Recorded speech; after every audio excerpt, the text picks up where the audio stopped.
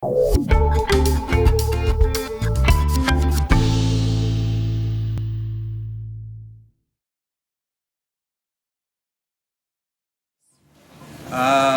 dink myne is, ek dink tyd is nogal hoog op die lys, kwaliteit tyd, want ek het besef ek volg al oral rond in die huis, wat nogal miskien weird kan lyk, en ek dink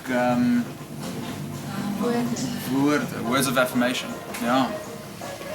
Wat vir my belangrik is dade, soos as ek by die huis kom en hy het soos die was goed gedoen of so iets.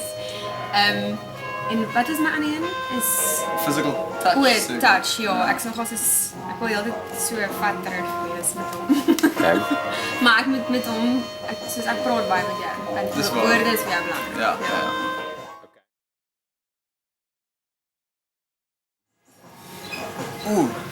Vir my die belangrikste, dink ek, is woorde van liefde. Dis vir my meer belangrik as dade van liefde. Myne is definitief dade van liefde.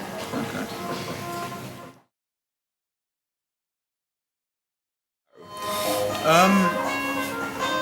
Ja, sy is nog steeds besig met die Girl with Cake projek. Maar ek bak nie vir hom koek nie. Ja, maar sy bak nie eintlik vir my koek nie, maar ek is nie so groot soetant nie, so ek dink dit ja, ek sê dit geneem dat sy hom gehou het. Ja.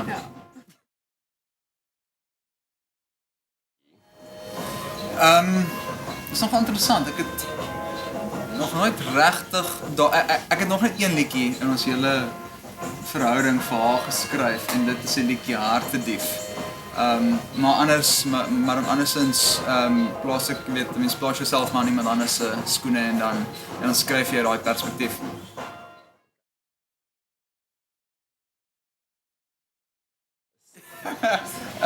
Was al een keer 'n misverstand oor 'n liedjie wat ek het ons albei saam geskryf. Ja, sy het die lirieke geskryf en ek het die musiek geskryf en die liedjie se naam is Jy moes iemand anders gewees het. En so ons het nogal baie vrae gekry oor weet as daar nou ewe skielik 'n probleem. Maar ons skryf vir ander mense se lewens soms. Ja. So dit is nie op ons gebaseer nie. Ja.